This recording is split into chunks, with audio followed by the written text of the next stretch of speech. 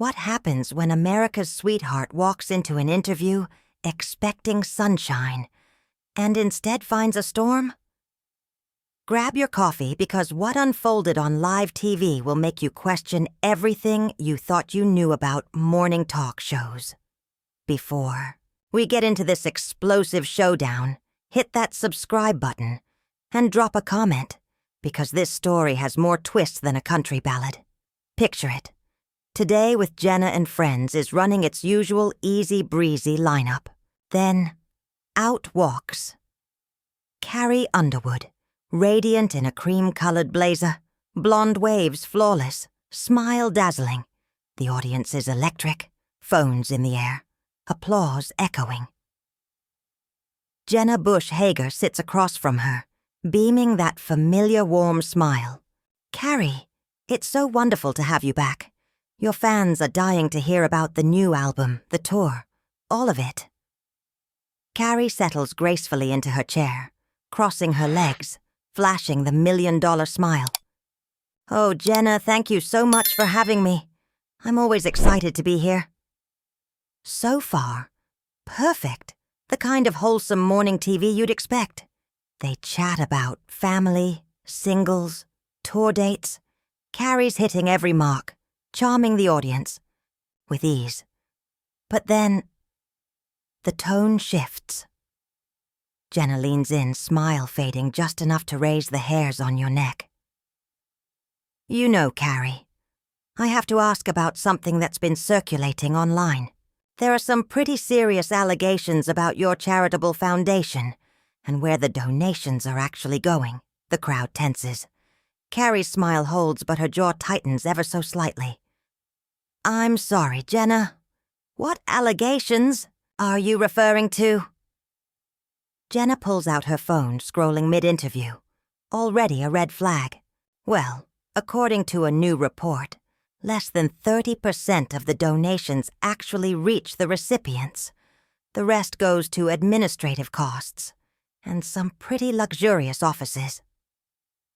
The temperature in the studio drops 10 degrees. Carrie's publicist, just off camera, starts gesturing frantically. This was not in the script. Carrie's voice stays sweet, but now there's steel underneath.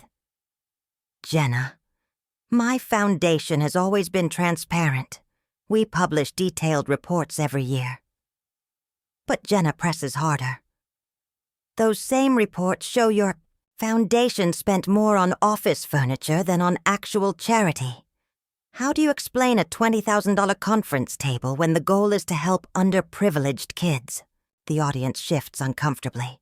Some keep recording, others want to disappear.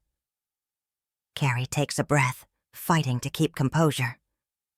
"Jenna, I'm shocked you'd ambush me on live TV without giving me or my team the chance to respond. This isn't journalism. It's a hit job. I'm just asking the questions your fans deserve answers to." Jenna fires back, her tone edging smug. "You've built your brand on being wholesome and charitable. Don't people have the right to know where their money really goes?" That's when Carrie's mask begins to crack. Her southern drawl thickens, the telltale sign she's angry. "My supporters are some of the most generous, kind-hearted people in the world, and I resent the implication that I'd ever betray their trust." The studio is silent. Producers are melting down behind the scenes. But Jenna doesn't let up. "I'm not implying, Carrie. I'm reading facts. $2 million in donations last year. Only $600,000 went to actual programs. How do you explain that? That's the breaking point." Carrie pushes back her chair. It scrapes loudly against the studio floor. Gasps ripple through the room. "You know what, Jenna? I came here to talk about my music, to connect with my fans, to bring some joy. Not to be ambushed with accusations based on incomplete information." The room goes dead quiet. Cameras still rolling, audience frozen. Everyone realizing they are witnessing live television history. The moment Carrie Underwood met her match, and walks straight into the storm. Jenna looks up at Carrie, now standing, towering over her, and for the first time, a flicker of uncertainty flashes in her eyes. "Carrie, please. Sit down. Let's discuss this like adults." But Carrie shakes her head, blonde hair brushing across her shoulders with the motion. "No, Jenna. We're finished here." Jenna's voice wavers, betraying her nerves as she glances toward the cameras. "But we still have 15 minutes left in this segment." Carrie begins unhooking her microphone, every movement sharp, deliberate, final. "Then I suggest you find something else to fill that time, because I will not sit here and let you tear down my reputation with half-truths and headlines dressed up as facts." The studio is suffocating now, the tension thick enough to choke on. Carrie's security steps forward from the shadows, while producers hover at the edge of the frame, panic etched across their faces. Jenna makes one last, desperate attempt.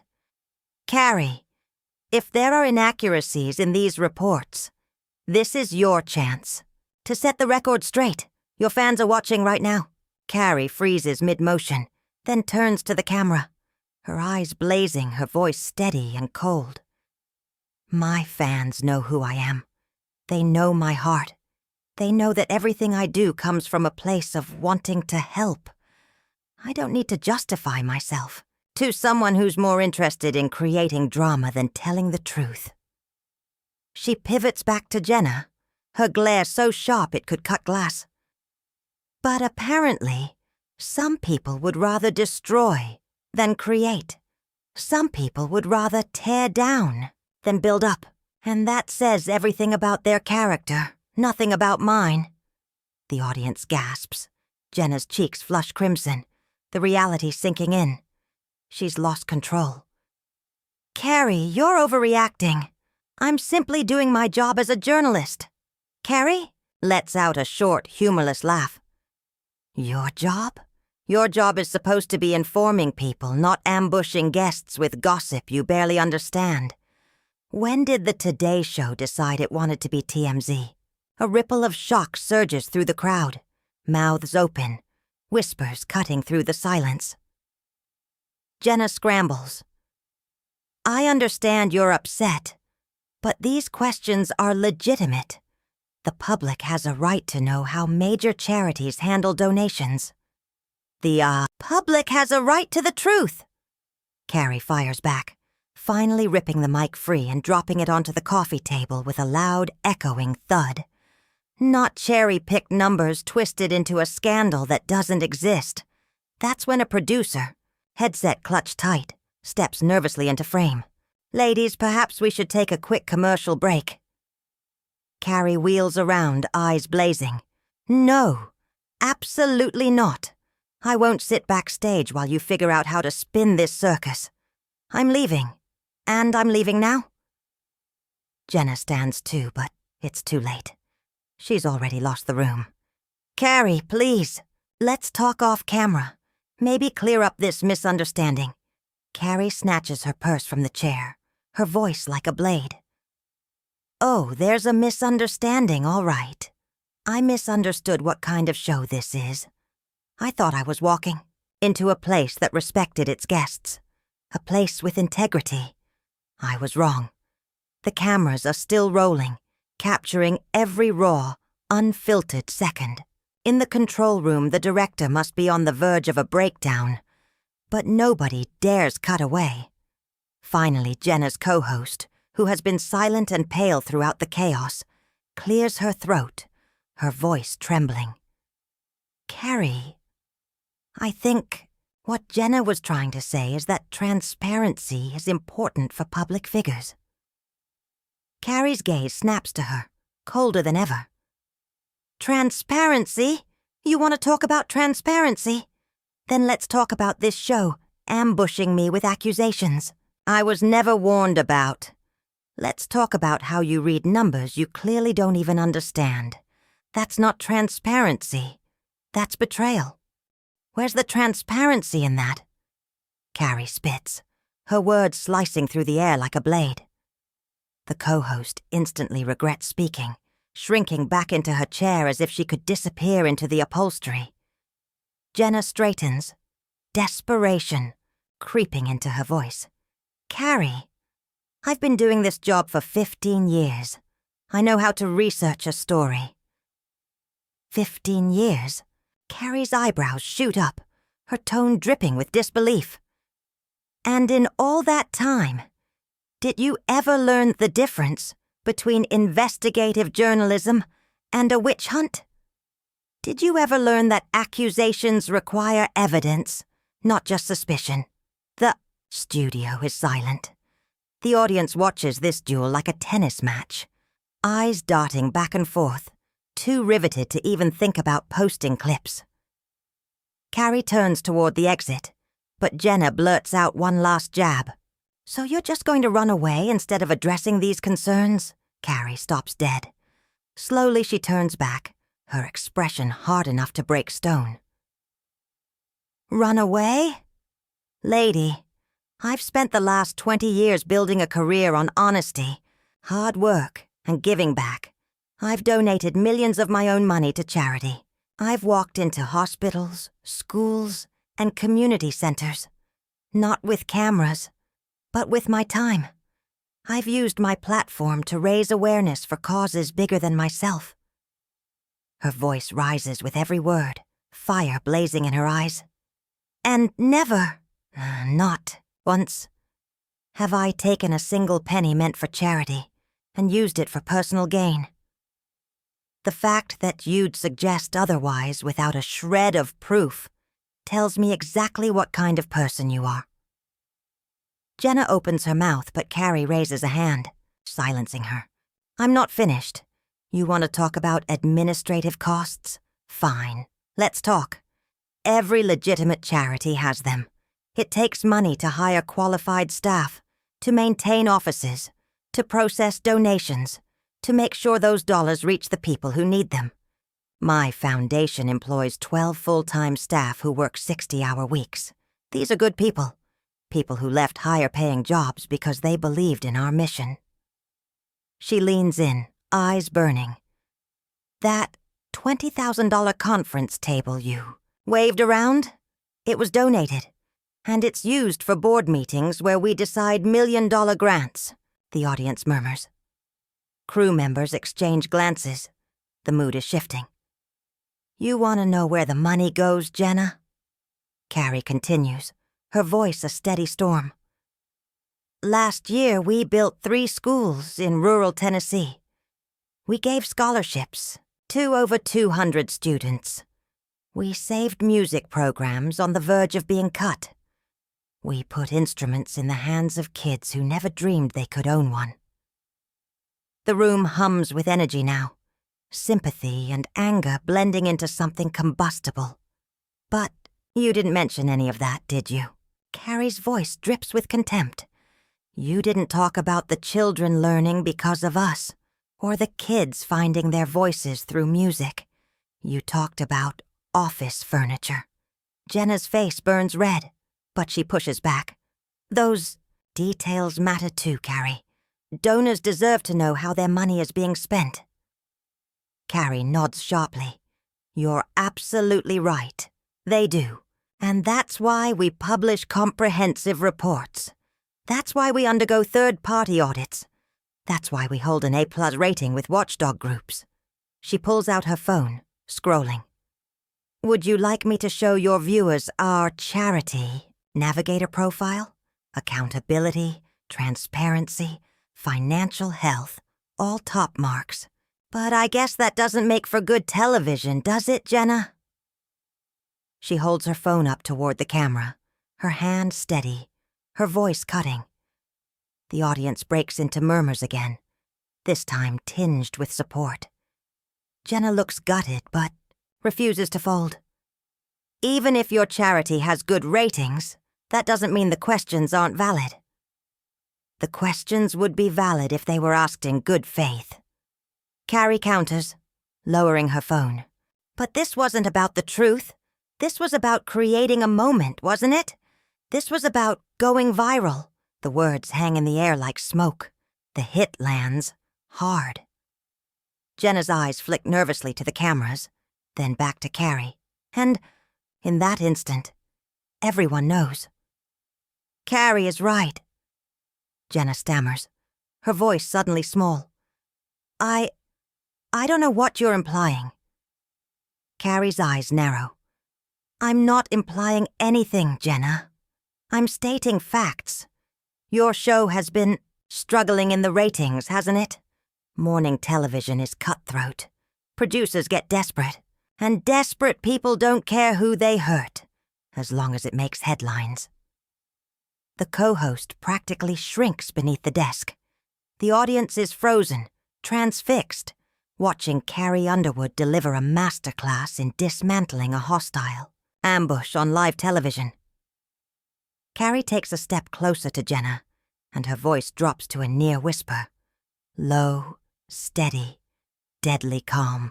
But the microphones catch every syllable, magnifying it across the studio like a confession in a cathedral. You thought you could take down America's sweetheart with some half-baked conspiracy theory about charity fraud. You thought I'd sit here and smile politely, because that's what good girls are supposed to do, right? Jenna swallows hard, frozen in place. She doesn't respond, but the silence itself damns her. Here's the problem with that assumption, Carrie continues, her voice rising with conviction now.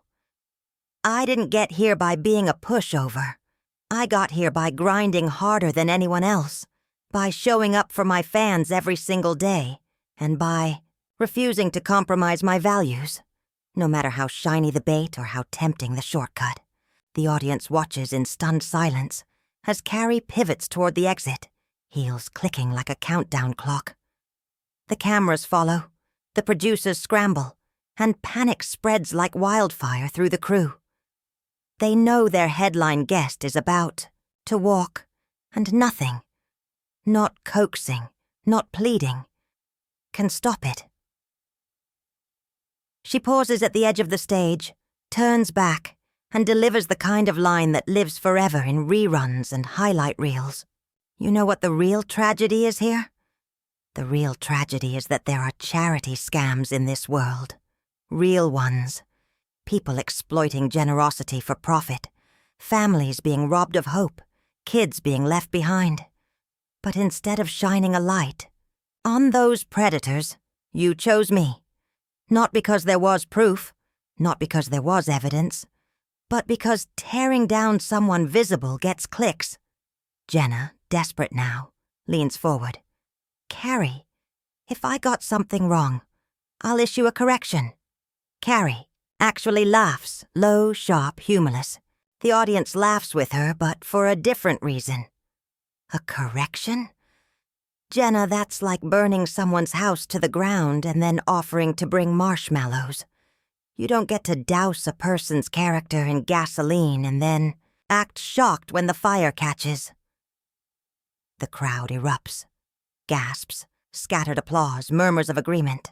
The tide has shifted completely, the air thick with the knowledge that Jenna's credibility has just imploded live on national television.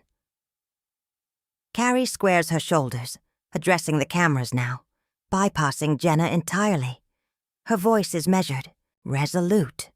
Here's what's going to happen. I'm going to walk out of here and keep doing the work I've always done.